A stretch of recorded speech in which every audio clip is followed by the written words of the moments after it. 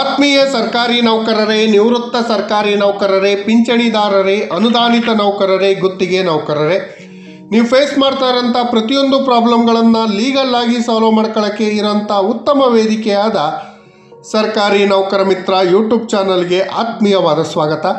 ಸ್ನೇಹಿತರೆ, ಈ ದಿನ ಸರ್ಕಾರಿ ನೌಕರರಿಗೆ, ನಿವೃತ್ತ ನೌಕರರಿಗೆ ಇನ್ನಷ್ಟು ಕಡಿವಾಣ, ಇನ್ನಷ್ಟು ರಿಸ್ಟ್ರಿಕ್ಷನ್, ಯಾವ್ಯಾವ ವಿಚಾರಕ್ಕಾಗಿ ಕಡಿವಾಣ ಹಾಕಿದೆ, ಏನೇನು ನಿಯಮಗಳು ಬಂದಿದೆ ಅನ್ನೋದ್ರ ಬಗ್ಗೆ ವಿವರವಾದ ಮಾಹಿತಿಯನ್ನು ತಮ್ಮ ಮುಂದೆ ಶೇರ್ ಮಾಡ್ತೀನಿ.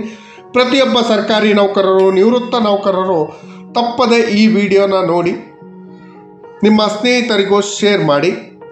ಈ ವಿಡಿಯೋ ಶೇರ್ ಮಾಡೋದಕ್ಕಿಂತ ಮುಂಚಿತವಾಗಿ ಯಾರ್ಯಾರು ಈ ಚಾನಲ್ಗೆ ಸಬ್ಸ್ಕ್ರೈಬ್ ಆಗಿಲ್ಲ ದಯವಿಟ್ಟು ಸಬ್ಸ್ಕ್ರೈಬ್ ಮಾಡ್ಕೊಳ್ಳಿ, ನಿಮ್ಮ ಸ್ನೇಹಿತರಿಗೂ ಶೇರ್ ಮಾಡಿ. ಸ್ನೇಹಿತರೆ, ಸರ್ಕಾರಿ ನೌಕರರು ಅಂದರೆ ಅವರಿಗೊಂದು ನಿಯಮಗಳಿದೆ. ಅವರು ಇದೇ ರೀತಿ ಕರ್ತವ್ಯ ನಿರ್ವಹಿಸಬೇಕು, ಇಂಥದ್ದೇ ಕರ್ತವ್ಯ ನಿರ್ವಹಿಸಬೇಕು ಅನ್ನೋ ಒಂದು ಚೌಕಟ್ಟು ಹಾಗೂ ನಿಯಮದ ಅಡಿಯಲ್ಲಿ ಕೆಲಸ ಮಾಡ್ತಾ ಇರ್ತೀವಿ. ಸರ್ಕಾರಿ ನೌಕರರು ಇದೇ ರೀತಿ ಕೆಲಸ ನಿರ್ವಹಿಸಬೇಕು ಅಂತ ಹೇಳಿ ಸರ್ಕಾರಿ ನೌಕರರಿಗಾಗಿ KCSR ನಿಯಮಗಳು, ನಡತೆ ನಿಯಮಗಳು, ಹಲವಾರು ನಿಯಮಗಳಿದೆ. ಈ ನಿಯಮಗಳಲ್ಲೂ ಆಯಾ ಇಲಾಖೆಗಳಿಗೆ ತಕ್ಕಂತೆಯೇ ಬೇರೆ ಬೇರೆ ನಿಯಮಗಳಿರುತ್ತೆ. ಆ ನಿಯಮಕ್ಕೆ ವಿರುದ್ಧವಾಗಿ ಯಾರಾದರೂ ನಡ್ಕೊಂಡ್ರೆ ಅವ್ರ ವಿರುದ್ಧ ಶಿಸ್ತು ಕ್ರಮಗಳು ಜಾರಿಯಾಗತ್ತೆ. ಈ ನಿಯಮಗಳ ಜೊತೆಯಲ್ಲಿ ಸರ್ಕಾರಿ ನೌಕರರಿಗೆ ಇನ್ನಷ್ಟು ನಿಯಮಗಳು, ಇನ್ನಷ್ಟು ಕಠಿಣ ಆಗಿದೆ. ಆ ನಿಯಮ ಏನು ಅನ್ನೋದ್ರ ಬಗ್ಗೆ ವಿವರವಾಗಿ ತಿಳ್ಕೊಳ್ಳೋದಾದರೆ, ಕರ್ನಾಟಕ ನೌಕರರ ಸೇವಾ ಅಧಿನಿಯಮ 1978ರ ತಿದ್ದುಪಡಿ ನಿಯಮ ಜಾರಿ ಆಗ್ತಾ ಇದೆ. ಈ ಜಾರಿ ಆದರೆ ನೌಕರರಿಗೆ ಇನ್ನಷ್ಟು ಕಠಿಣ ನಿಯಮಗಳು ಆಗತ್ತೆ.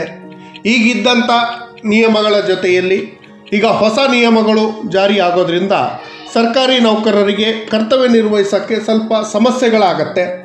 ಆದರೂ ಕೂಡ ಸರ್ಕಾರ ಮಾಡಿರೋಂಥ ನಿಯಮಕ್ಕೆ ಬದ್ಧರಾಗಿ ಸರ್ಕಾರದ ನಿಯಮವನ್ನು ಉಲ್ಲಂಘನೆ ಮಾಡ್ದೇ ಕರ್ತವ್ಯ ನಿರ್ವಹಿಸಿಕೊಂಡು ಹೋದರೆ ನಮ್ಮ ವೃತ್ತಿ ಜೀವನಕ್ಕೆ ಯಾವುದೇ ರೀತಿ ತೊಂದರೆ ಆಗದ ರೀತಿಯಲ್ಲಿ ನಾವು ಕೆಲಸವನ್ನು ನಿರ್ವಹಿಸ್ಕೊಂಡು ಹೋಗ್ಬೋದು. ಆದರೂ ಕೂಡ ಈಗ ತಿದ್ದುಪಡಿ ಮಾಡಿರೋಂಥ ನಿಯಮ ಸ್ವಲ್ಪ ಹಾರ್ಶ್ ಆಗಿದೆ, ನೌಕರರಿಗೆ ತೊಂದರೆ ಕೊಡುವಂಥ ಸಾಧ್ಯತೆ ಇದೆ. ಹಾಗಾಗಿ ಎಚ್ಚರಿಕೆಯಿಂದ ಈ ಹೊಸ ನಿಯಮ ಬಗ್ಗೆ ತಿಳ್ಕೊಂಡು ಅದರಂತೆ ನಡ್ಕೊಳ್ಳಿ. ಒಂದು ವೇಳೆ ಸರ್ಕಾರಿ ಹಣವನ್ನು ದುರುಪಯೋಗವಾದರೆ ಕೆಲಸದಿಂದ ವಜಾ ಮಾಡುವಂಥ ಅವಕಾಶವನ್ನು ಈ ನಿಯಮದಲ್ಲಿ ನೀಡಲಾಗಿದೆ. ಸ್ವಲ್ಪ ಎಚ್ಚರಿಕೆಯಿಂದ ಇರಿ. ಅದೇ ರೀತಿ ಹಣಕಾಸು ದುರುಪಯೋಗ ಆದರೆ 5 ವರ್ಷದವರೆಗೂ ಇಂಕ್ರಿಮೆಂಟ್ಗಳನ್ನು ಕತ್ತರಿ ಹಾಕೋಕ್ಕೆ ಅವಕಾಶ ಇದೆ. ಇಯರ್ಲಿ ಇಂಕ್ರಿಮೆಂಟಿಗೆ ತೊಂದರೆ ಆಗತ್ತೆ. ಇದು ಕೂಡ ಒಂದು ಕಠಿಣ ನಿಯಮ ಅಂತ ಹೇಳ್ಬೋದು. ಸರ್ಕಾರಿ ನೌಕರರು ನಿಯಮ ಮೀರಿ ವ್ಯಾಪಾರ ವ್ಯವಹಾರಗಳನ್ನು ಮಾಡಿದ್ರೆ, ಖಾಸಗಿ ವ್ಯಾಪಾರ ವ್ಯವಹಾರಗಳನ್ನು ಮಾಡಿದ್ರೆ ಅವರಿಗೆ ವಾಲಂಟ್ರಿ ರಿಟೈರ್ಮೆಂಟ್ ಕೊಡೋಕ್ಕೆ ಅವಕಾಶ ಇದೆ. ಅದೇ ರೀತಿ ಸರ್ಕಾರಿ ನೌಕರರು ಅನಧಿಕೃತ ಗೈರು ಹಾಜರಾದರೆ ಅವರ ಸಂಬಳ ಕಡಿತ ಆಗ್ಬೋದು ಮತ್ತು ಕೆಲಸದಿಂದ ವಜಾ ಆಗ್ಬೋದು, ಕೆಲಸಕ್ಕೂ ಕತ್ತರಿ ಬೀಳುವಂಥ ಸಾಧ್ಯತೆ ಇದೆ ಈ ನಿಯಮದಲ್ಲಿ. ಅದೇ ರೀತಿ ಸರ್ಕಾರಿ ನೌಕರರು ಯಾವುದೇ ರಾಜಕೀಯ ಪಕ್ಷಗಳು ಚುನಾವಣೆಗಳಲ್ಲಿ ತೊಡಗಿಕೊಂಡ್ರೆ ಅದು ಪ್ರೂವ್ ಆದರೆ ಕಡ್ಡಾಯ ನಿವೃತ್ತಿಯನ್ನು ಕೊಡುವಂಥ ಅವಕಾಶ ಈ ನಿಯಮದಲ್ಲಿ ಇದೆ. ಅದೇ ರೀತಿ ಸರ್ಕಾರಿ ನೌಕರರು ಸಹೋದ್ಯೋಗಿಗಳಿಗೆ ಲೈಂಗಿಕ ಕಿರುಕುಳ ಏನಾದರೂ ಕೊಟ್ಟರೆ ಸೇವೆಯಿಂದ ಹಿಂಬಡ್ತಿ ಡಿಪ್ರಮೋಟ್ ಮಾಡೋಕ್ಕೆ ಅವಕಾಶ ಇದೆ.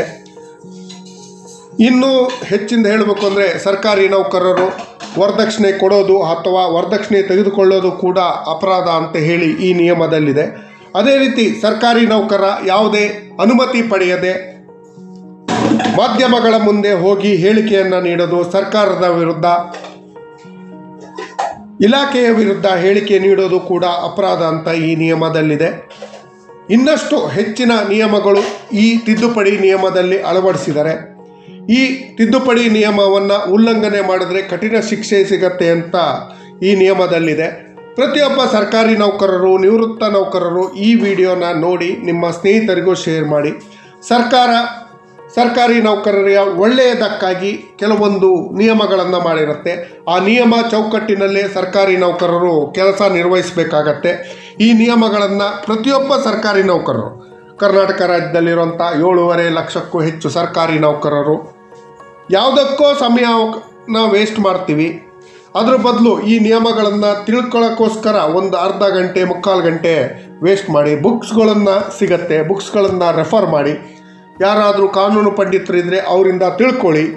ಈ ವಿಡಿಯೋಗಳನ್ನು ಪ್ರತಿಯೊಬ್ಬ ಸರ್ಕಾರಿ ನೌಕರರು, ನಾವು ನಿಮ್ಮಲ್ಲಿ ರಿಕ್ವೆಸ್ಟ್ ಮಾಡಿ ಹೇಳ್ತೀನಿ,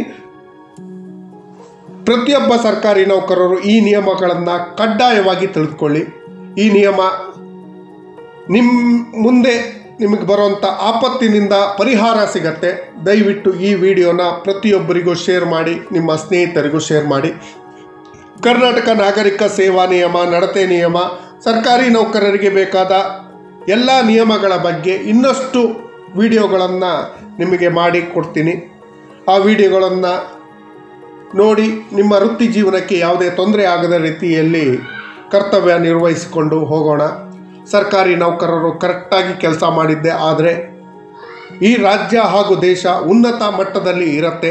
ಹಾಗಾಗಿ ಸರ್ಕಾರಿ ನೌಕರರು ಸರ್ಕಾರದ ಕಣ್ಣಿದ್ದ ಹಾಗೆ ನಾವು ಈ ನಿಯಮಗಳನ್ನು ಚಾಚು ತಪ್ಪದೆ ಪಾಲನೆ ಮಾಡೋಣ. ತುಂಬ ರ್ಯಾಶ್ ಆಗಿದ್ದರೆ ನಮ್ಮನ್ನು ರಕ್ಷಣೆ ಮಾಡೋಕ್ಕಾಗಿ ಸಂವಿಧಾನದತ್ತವಾಗಿ ನೈಸರ್ಗಿಕ ನ್ಯಾಯತತ್ವಗಳು ಇದೆ. ನೈಸರ್ಗಿಕ ನ್ಯಾಯತತ್ವಕ್ಕೆ ವಿರುದ್ಧವಾಗಿ ಯಾವುದೇ ನೌಕರರನ್ನ ಡಿಸ್ಮಿಸ್ ಮಾಡೋಕ್ಕಾಗಲಿ ಅವಕಾಶಗಳು ಇಲ್ಲ. ನೈಸರ್ಗಿಕ ನ್ಯಾಯಕ್ಕೆ ವಿರುದ್ಧವಾಗಿ ಏನಾದರೂ ಕೆಲಸದಿಂದ ವಜಾ ಮಾಡಿದರೆ ನ್ಯಾಯಾಲಯಗಳು ನಮಗೆ ನ್ಯಾಯ ಒದಗಿಸುವಂಥ ಕೆಲಸ ಮಾಡ್ತವೆ. ಈ ಮಾಹಿತಿ ತಮಗೆಲ್ಲರಿಗೂ ಇಷ್ಟ ಆಗಿದರೆ ದಯವಿಟ್ಟು ಸಬ್ಸ್ಕ್ರೈಬ್ ಮಾಡ್ಕೊಳ್ಳಿ, ನಿಮ್ಮ ಸ್ನೇಹಿತರಿಗೂ ಶೇರ್ ಮಾಡಿ. ತಪ್ಪದೆ ಈ ವಿಡಿಯೋನ ನೋಡಿ. ಈ ನಿಯಮಗಳು ಪ್ರತಿಯೊಬ್ಬರಿಗೂ ಉಪಯುಕ್ತ. ಜೈ ಹಿಂದ್, ಜೈ ಕರ್ನಾಟಕ ಮಾತೆ.